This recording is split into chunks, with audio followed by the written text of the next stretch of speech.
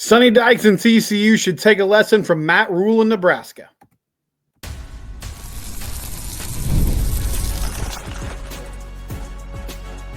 You are Locked On Horned Frogs, your daily podcast on the TCU Horned Frogs. Part of the Locked On Podcast Network, your team every day. That's right, Locked On Horned Frogs, your team every day. We're brought to you today by FanDuel. FanDuel, it's where the game starts. You can bet on Super Bowl 59 at FanDuel.com or the FanDuel app. I'm your host, Steven Simcox. I've been covering TCU athletics for the past 12 seasons. Matt Rhule said this week in a press conference, or this weekend, I guess I should say, that he doesn't think in the future Nebraska will hold a spring game anymore. And he said the reason for this is because of concern about other teams poaching his players. It's just an absolute free, open, common market. I don't necessarily want to open up the outside world and have people watch our guys and say, hey, looks like a pretty good player.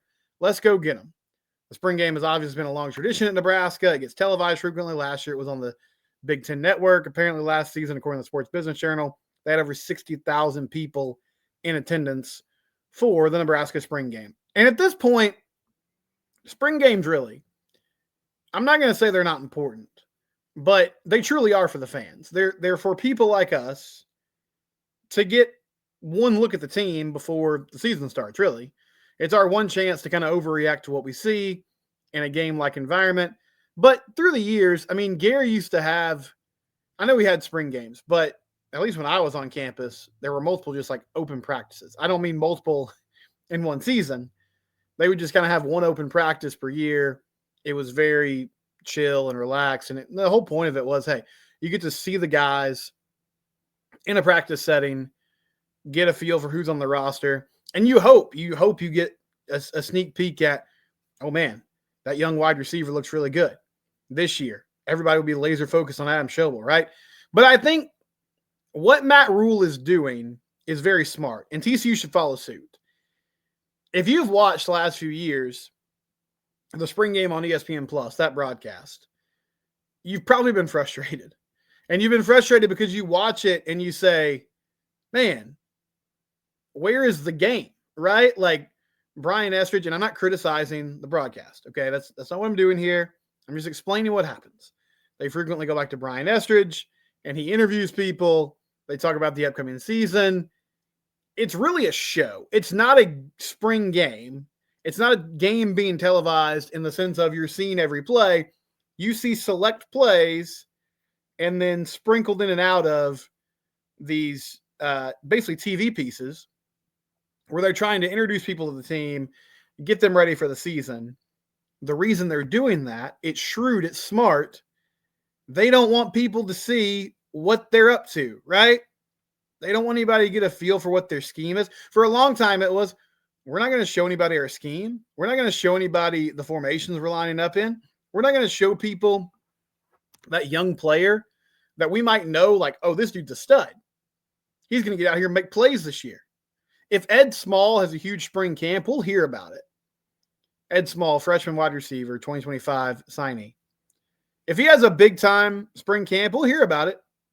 But we won't see him in the spring game much because they don't want everybody else to know what he can do, how they're going to use him, the way they're going to line him up in formations.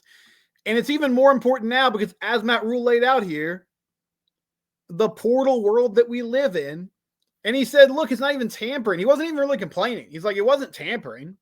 Because if Matt Rhule gets out there and complains about tampering in the sport, or if anybody does, bottom line is, the first thing people are going to say is, I bet you do the same thing. Right? With the exception of, like, if a group of five coach, if the coach at East Carolina comes out and says, man, this is really tough. It's tough to coach under these circumstances. Everybody kind of shake their head and say, yeah, that is tough. That's tough for you. When the coach at Nebraska comes out and says, got to watch out for tampering, everybody sort of rolls their eyes. But if a school like Nebraska is worried and paranoid about teams watching spring practice, watching a spring game, and saying to themselves, I wonder how much it would cost to get that guy on our roster. I wonder the communication levels we'd have to go through. Do we know somebody that played with that guy in high school? Do we know that kid's high school coach? How can we back channel to this player? Hey, we need you. Come over here. If that's a problem that the Nebraska Cornhuskers are worried about, then it's a problem TCU should be worried about. And you might say, Steven, TCU has been more successful than Nebraska over the past 2 decades. You're absolutely correct. 100%. Nebraska still is dealing with better resources, if we're being real about it. I would presume. And so that's something that TCU needs to be worried about. There is a listener, a viewer, who goes by the Twitter name of Mando Bull. And if I get the context of this wrong, please correct me, sir. But he's tweeted at me a couple of times over the past few months and said, hey, do you think TCU would consider moving their spring game to a date that was after the second portal window closing, the spring portal window closing, to ensure that they would know exactly who's on their roster after the spring game was over, after spring practice wrapped up? And I would say that's possible. He used the example of Dominic Williams, which Dominic Williams, that was not a scenario where everybody knows who Dominic Williams was. He's a really good player. Nobody's going to turn on the spring game and be like, oh, who's that massive nose tackle that's making plays? The country knew about Dominic Williams. And apparently just about every semester, somebody from Dominic's camp was meeting with the staff or meeting with the Flying T Club, the powers that be at TCU football, in TCU football, and saying, hey, we need some more. Look at what we're doing here. We need some more. And it got to a place where TCU finally said, you know what? We can't keep doing this. And he left. It's unfortunate. I would have loved to have Dominic Williams on the team this past year. I'm not going to act like he's not a great player. He is. But would they move the spring game to a place where they would know, hey, the guys we got on our roster, they're going to be on the roster for at least this season? I could see that happening. I think the most likely thing is that they don't have a spring game. And I feel like you can still make this a cool thing for fans. Because I know, like most things in college football, this hurts the fans. It hurts the fans more than anybody else. It's our one chance to see those guys and to draw our conclusions and make our statements about, hey, this dude's going to be great. But if the consequence is somebody at Clemson sees Jeremy Payne break off a 70-yard touchdown run and says, you know what? We could use him in our backfield. Then you got to shut it down. What you could do, though, don't put it on ESPN Plus. There's no need to. Just have an open practice. Have 2 of them. Have one at the beginning of spring practice, one at the end of spring practice. And you can arrange it however you need to have peace of mind about it. Because, yes, people are going to have cell phones out. There's going to be video that leaks out. There's going to be plays that are there. But give us something. That being said, these spring games are risky now, especially when you put it on television. And you can just stream it anytime you want. You can't lose a player late in the process simply because you're trying to get publicity to your program. And that's an unfortunate reality of where college football is. Rhule said it. He was like, it's not even tampering. It's just it's an open market. It's the reason why we're having all these lawsuits now. And they're desperately trying to put more regulations in place. Do you guys remember when Savion Williams had a huge game against Texas a few years back? TCU has that wild comeback. They almost won the game against UT. And Savion had over 100 yards, had a couple touchdown catches, was just fantastic in that ballgame. And Jeff Ketchum, who covers Texas, is openly, on social media, openly after the game, is like, man, hope Savion Williams is available this offseason. Hope he's close to his phone. Like, he's just openly stating, yeah, Texas is going after that guy. I'm really thankful Savion stayed. I'm glad he was loyal. But I'm sure there were people in his ear all offseason long. Quentin Johnson talked about it. before that playoff game. I remember The Athletic wrote in a really nice piece about Quentin and his journey and how he became a great player and unlocked his potential. He might have been headed to Oklahoma, apparently. They were ready to say, hey, come on, let's do it. He decided to stay. But these are the kind of things that you have to think about over the offseason. That's why coaches are up late at night. And Matt Rhule's right. Stop televising that spring game. It's too risky. Can't do it. TCU needs to be careful about what they're putting on tape, what they're putting on film. This is a huge year. And this year is predicated. I've said it before. This season, success this season, TCU is banking on continuity. They're banking on the end of last year carrying over to this year. Well, then you got to have those pieces in place. You have to have that core group once again playing ball. And to do that, you got to make sure you're not losing somebody late in the process. When we come back, an amazing week at the Senior Bowl for Jack Bech. We'll talk about it next here on Locked On Horned Frogs, your team every day. FanDuel. It's where the game starts. Super Bowl 59 is here. One game, two teams, endless possibilities. There's no better way to make every play more exciting than with FanDuel Sportsbook. Whether it's predicting the first touchdown, calling the MVP, or even betting on the coin toss, FanDuel makes it easy to get in on the action. Download the app or head to FanDuel.com to get started. Bet $5 if you win, you'll score $200 in bonus bets. Again, one $5 bet. You win that bet, $200 in bonus bets that you can use on Super Bowl 59. All the props, all the money lines. It's available to you there. Download the FanDuel app or head to FanDuel.com to start today. Again, that's FanDuel.com or the FanDuel app on your phone.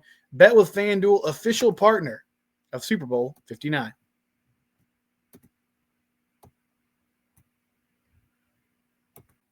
Jack Bech he did everything you could do at the Senior Bowl. I don't know how you could have a better Senior Bowl. And I don't follow the Senior Bowl closely every year. It's really dependent on which TCU guys are involved. And maybe it's just because of my algorithm, because I follow so much TCU stuff, his name kept popping up over and over again. But it's hard to remember a better Senior Bowl week that anyone's ever had. And it's a combination of the way he played. He had a great week of practice. He was named constantly in those like winners and losers, risers and fallers as somebody who won reps, was rising up draft boards, was catching the attention of NFL scouts. He was the MVP of the Senior Bowl. 6 catches for 68 yards, and he had the game-winning walk-off touchdown.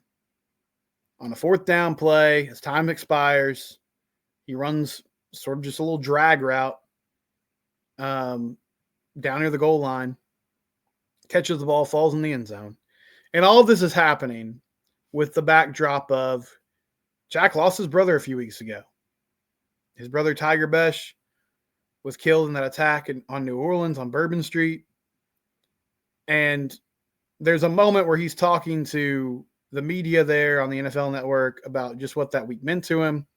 He said multiple times that his brother just left some wings on him this week. You know, it was that simple. He was playing for something greater than himself. He wore the number 7 in honor of his brother who wore that number at Princeton. And he had an emotional moment with his parents where you could just tell they've been through so much over the past few weeks, month, however long it's been now. And that outpouring of love and support for one another was so evident. Jack is incredibly motivated, not only to play in the NFL, but with just the personal circumstances going on in his life. And to somehow compartmentalize that and be ready to go mentally and physically, because also he's coming off a meniscus injury. And he showed that he can just get open. He can make plays. He was not the fastest guy in the world. He's not a burner, per se. But he runs routes so well. He got a contested catch in that ball game where he just leaped up and over somebody. And he has that ability where he's just got elite ball skills He knows how to track the football. He knows how to put his body in a position where even if he's covered or he doesn't have a lot of space, he can basically block the defender out and go up and make a play. So hats off to him. I mean, the draft stock is one thing. It's rising. I think if he puts on a good combine performance, which he should be invited to the combine now with as many waves as he made at the Senior Bowl with NFL scouts, if he can run a decent 40 time, and that's not an eye-opening, alarming thing, I don't think Jack's going to be like a first-round pick, but he'll be up there. As a player, he just makes plays. And again, like, he's been a receiver for a lot of his life, but really only one season where he was an outside wide receiver at the college level. He kind of played slot, tight end. They stuck him out there. You know, to hear Sonny Dykes tell it,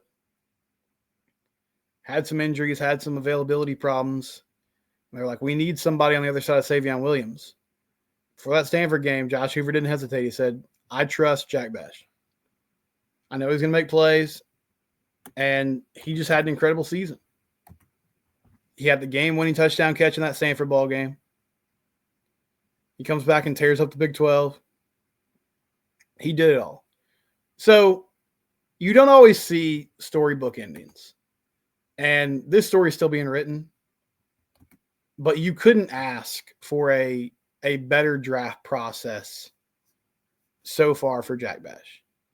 And just the character that he has, the composure and the poise that he shows, he's going to do so well in these like team interview scenarios where they get to know him as a person, where they get to see his love for football. He's a competitor. I mean, there's no red flags here. Like, this is a guy who has the makeup of an NFL wide receiver.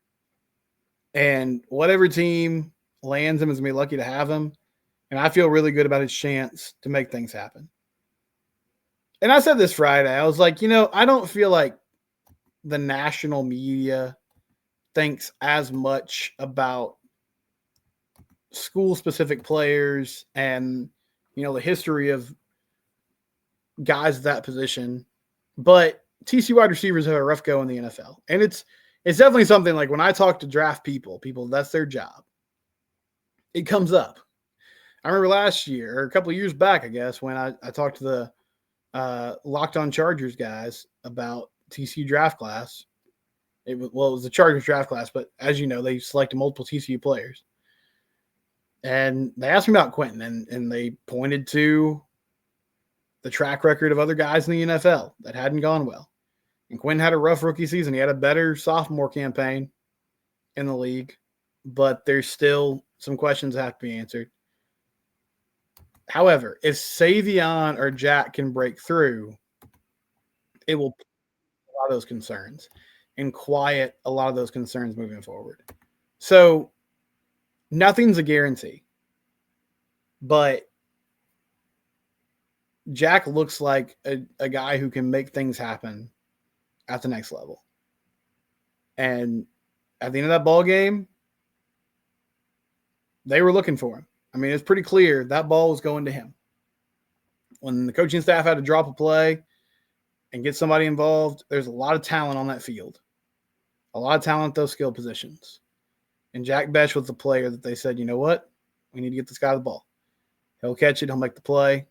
And he did. He proved him right. He caught the ball, got in the end zone, had an emotional interview afterwards, emotional moment with his parents. But he's handling this so well right now. And you love to see good things happen to good people, especially when it's been such a rough couple of months, starting with the injury and then the death of his brother and everything that's happened recently. The fact that he's healthy and he has somehow been able to stay focused, has done everything they've asked him to through this draft process so far. I mean, it's just really admirable, and it speaks to him and who he is and his family. And I'm excited to see where they go next. But Jack Bech couldn't really put together a better week than he did at the Senior Bowl. Got a lot of attention. A lot of NFL experts, draft experts singing his praises, saying, hey, this is a dude to watch when we talk about players on the next level. The Big 12 schedule is going to be released this week. We'll talk about that next year on Locked On Horned Frogs, your team every day.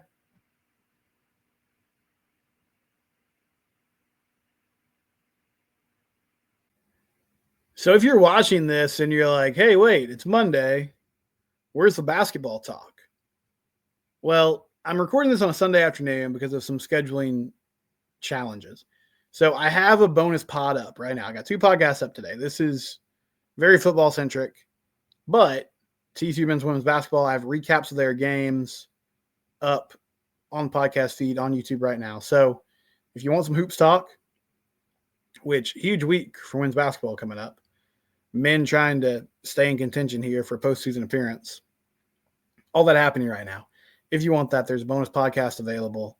Again, on the podcast feed on YouTube. Check that out right now or after the show. Also, we're getting a Big 12 schedule this week. Now, we know who TCU is playing in 2025.